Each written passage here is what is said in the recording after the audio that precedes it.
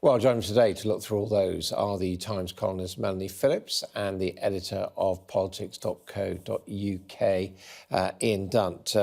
Very nice to see you both. Melanie, what did you make of Boris Johnson in The Sun? Well, it was all sort of meaningless platitudes, really, a rather feeble attempt at Boris bombast. The fact is, he does seem to be completely at sea over COVID, and he has seemed to me to be at sea over it from the very start. I think the kindest way to put it is that the thing has completely knocked him for six. I mean, there he was, having had this apparent triumph at the end of last year, become prime minister, delivered Brexit, majority in the general election of 80.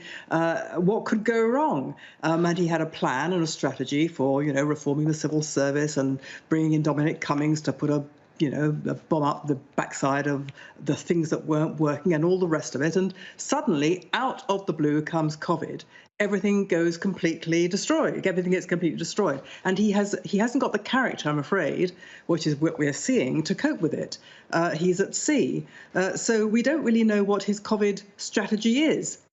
He talks now in The Sun this morning about, flattening both humps. I mean, this is like puerile, because we can see the chaos that has developed because of the testing and tracing fiasco, for example.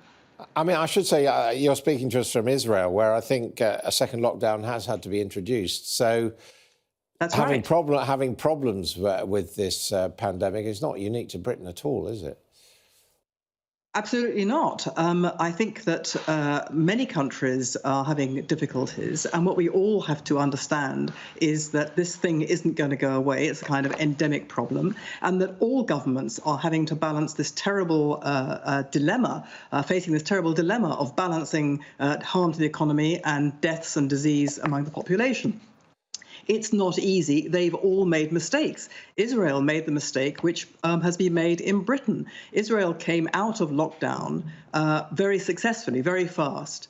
And then the entire country kind of relaxed. And the government took its eye off the ball. And they didn't realize that people's behavior has to change permanently. And then the public lost faith in the government. And then the public simply refused to behave. And something very similar is happening in Britain. But it requires political leadership. At the beginning, Prime Minister of Israel, Netanyahu, did deliver that leadership. At the beginning, I believe Boris didn't. But the fact is that Israel is now in a perilous position. Israel is about to go into a 3-week lockdown as of tomorrow, in which people will not be able to go beyond a 500-meter radius of their houses. The hospitality industry will be shutting again. Schools are shutting again. It's a disaster. And Britain's going exactly the same way. Now, Ian Dunt, I mean, it is striking that we've got Alistair Heath, we've got Ian Martin and Fraser Nelson, all apparently losing faith in Boris Johnson's leadership. Yeah, and the criticisms are quite similar, actually. So it's always about drift. It's about what exactly is it that this government is trying to do? Where is the Boris Johnson with a vision? Now, I'd say if you're a critic of Boris Johnson, this is kind of a strange criticism to read, because you think, well, for years now, it's been perfectly obvious that he will switch according to wherever the wind is. He will sign up to whatever political agenda will further his career. And that was all aimed towards becoming the prime minister. So now he's prime minister. It follows logically that he has no idea what the vision is, because the vision has already been accomplished. And yet for those who stuck with him, who showed some loyalty, who would sort of, oppose that kind of criticism in the last few years, you now get this dawning realization. You're seeing it slightly different forms in all of those papers. And then I think echoed, to be honest, in the Sun interview. Because you look at the Sun interview, the Sun interview, there's a point where Boris Johnson says, what I'm asking with COVID is for people to be cautious and confident. And you look at it as a reader and think, as a person, like, what exactly is it that you are telling me to do? It's quite unclear. I have to be very, very cautious when it comes to socializing. But when it comes to work and eating and going to pubs, then I should be very, very confident. And you just can't even really see how that would affect your own behavior. And that sense of of a lack of specificity, of a lack of vision, of a lack of grappling with the real issues facing it is really right there in that interview. And it's right there in those 3 pieces of right-wing criticism. But that's the problem, isn't it, Melanie? I mean, should you be cautious in your social endeavours, but a bit more bold in going to work to try and keep the economy going? I mean, A lot of people are trying to do that. Well, I think that these things are incompatible. People are making their own decisions, and who can blame them about what feels safe for them? It seems to me that the overriding advice has to be to keep your distance and to wear masks and to wash your hands. These are the three things that have been said over and over again, but they do conflict with the desire to get people back to work. And this is one of the problems of mixed messaging, and this is one of the problems that Boris has had. I mean, as we've said before, this disease and the challenges it poses to all governments is a formidable problem. And governments should, I'm sure that all people would give governments a lot of slack over this and be prepared to accept that mistakes have been made, not least because there's so much about this disease that we still don't know. The problem with Boris is that he has compounded the intrinsic difficulties posed by this particular unprecedented situation by the fact that he seems to have been unable to chart a clear course, unable to convey a clear message, unable to do the one thing that any prime minister must do in this circumstance, which is if you're going to expect people to change their behavior radically, which I believe people must do, you have to take the people with you. And that means you have to be candid. First of all, you've got to have a relationship with the people. You've got to be talking to them the whole time through social media, through television, whatever. But you've got to be candid. You've got to say, I've made mistakes.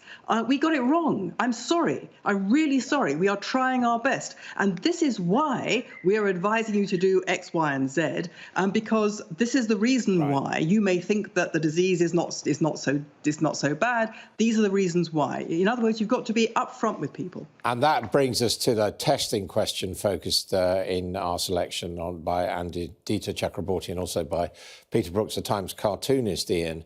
And this is really where, if you like, Westminster talk about leadership mixes with ordinary people, because everyone you know has had problems with this testing business. Yeah, exactly. Which is funny, right? Because we spent the week talking about international law and the Internal Markets Bill. Look, my guess is, and it's just a guess, is that in most pubs in this country, that is not what they're going to be talking about this week. What they're going to be talking about is someone will have tried to get a test and been told that they need to go 200 miles to Scotland or to Gatwick or somewhere absurd to get it. I was feeling poorly myself last week, and my efforts to find a test over and over, no matter how many times I refreshed that government website, were just saying, sorry, the service is not available. So what has happened? What has happened is that the testing regime promoted, back, what was it, in March, saying it would be world leading, then being given new bolsters by this idea of moonshot futures, where we'll use a new uninvented sci-fi form of testing to make sure everyone gets it. All of that you can put to one side, because what actually happened was the testing regime failed the first time something was demanded of it at the end of the summer when schools started going back. It basically reached capacity instantly. So again, it doesn't matter how much you talk to them, mixed messaging is there, none of that is particularly reassuring, but on the core performance of the government when it comes to COVID, we are seeing exactly the same failures that we saw 6 months ago. Despite the time over summer to prepare, none of that seems to have made any difference at all. It's just the same old story. And Melanie, how's Israel doing on testing?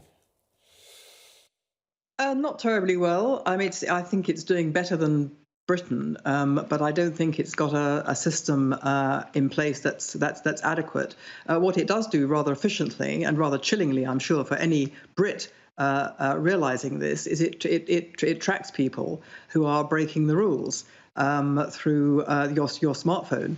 You're told, you've been in contact with a person who is carrying the virus. You must quarantine now for 2 weeks, and it's enforced. It's enforced by the police, so they're quite good on that. But the real problem in Israel is that the public are not cooperating, and there are particular communities, the ultra-Orthodox, the Arab communities, where the disease is particularly rampant. But in general, in Israel, there is a kind of a very anarchic streak. Which means that unless they can absolutely see that the law is giving one consistent message, they won't obey the rules. Now, turning away briefly, because we're about to hear from the Health Secretary from the COVID situation, we have this article by the Conservative MP, Natalie Elphicke, who succeeded her husband. Ian, she did announce when he was convicted and sent down for 2 years of sexual assault that she was leaving him.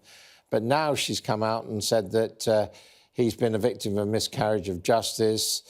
She thinks his sentence should be reduced, and she's having second thoughts about breaking up their marriage. What do you make of it? Yeah, this stuff is not comfortable, really, because it's... Look, putting aside any of the legality or any of the court case, what you're reading is a piece by someone who's been married to someone else and who presumably, was deeply in love with them at some point, was married to them, for decades. And there's a point in the piece where she says, look, and, we said we were going to do the split up, and I started packing up our photos, and I was looking at the photos and all this life together. And once you get past the politics and you get past the court case, this is nothing to do with him, it's all to do with her. You just know human life is complicated. And, for a wife going through that, the husband being accused of these things, the husband being convicted of these things, finding out that the husband has cheated on her in the first place, she's just clearly working through a bunch of stuff. So, look, that piece is confused. It's hard to create a narrative out of it that makes sense. But then I think most of us, if we were in that kind of situation, would struggle to create a narrative that makes sense. We'd be torn between sort of our sense of morality and our sense of betrayal and our sense of loyalty and our sense of affection. And that's pretty much what you're looking at in that piece. But Melanie, we've got this article, and then we've had this week Sasha Swire going on about David Cameron and his chillaxing behaviour. I mean, one sometimes wonders if the Conservative Party's got a bit of a death wish at the moment. Well, I find all this quite painful to read, quite honestly. I mean, the Swire stuff is grotesque. This is somebody who was in their social circle, and she has now produced this rather vile account. I don't know whether it's true or not, but even if it is true, I mean, these are people's private lives. Okay, they're politicians, but this is like voyeurism. I mean, she was keeping a diary of all these social events. This is revolting. So, I mean, I'm on the one hand kind of recoiling from the behavior that she's describing. On the other hand, I'm recoiling much more from the fact that she's describing it at all and is putting it before us. And as far as Mrs. Elphick is concerned, I very much agree with Ian. This is a personal tragedy.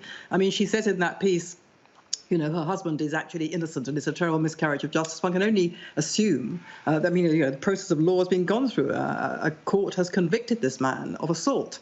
And one can only assume that this is her working through a profoundly grievous situation, which she has not come to terms with. These are very private things that we're being served up with in our newspapers. And quite honestly, I can hardly bear to read them.